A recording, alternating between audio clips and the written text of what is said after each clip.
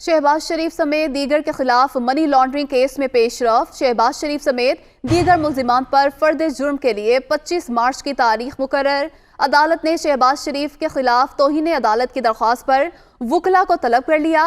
FIA 3 रोज में bank मुलाजमीन के बयानात की कॉपियां अदालती स्टाफ को जमा कराएगा। आपको बताएं कि शहबाज शरीफ समेत दीगर मुल्जिमान पर फर्द जुर्म के लिए 25 मार्च की तारीख मुकर्रर की गई है। अदालत ने शहबाज शरीफ के खिलाफ तौहीन अदालत की दरख्वास्त पर वकला को तलब कर लिया है। इसी पर बात करेंगे। नुमाइंदा दुनिया न्यूज़ मोहम्मद अशफाक हमारे साथ मौजूद हैं। जी मोहम्मद अशफाक, बताइएगा।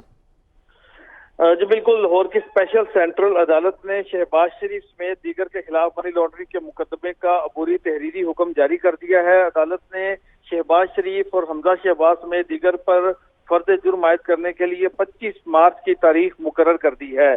अदालत ने FIA की शहबाज शरीफ के खिलाफ तौहीन अदालत की दरख्वास्त पर भी वकला को दलाइल के लिए तलब कर लिया है, जबकि शरीक मुल्जिम और CFO उस्मान अहमद की दरख्वास्त पर वकला को आइंदा दलाइल देने के लिए भी पाबंद कर दिया गया है। इसी तरह से अदालत ने ये रिटर्न ऑर्डर में ये लिखा है कि मुल्जिम उस्मान आइंदा समात पर अपने वकला की हाजिरी यकीनी बनाएं, जबकि FIA 3 रोज में बैंक मुलाजमीन को बयानात की कापियां अदालती स्टाफ को जमा करवाएगा।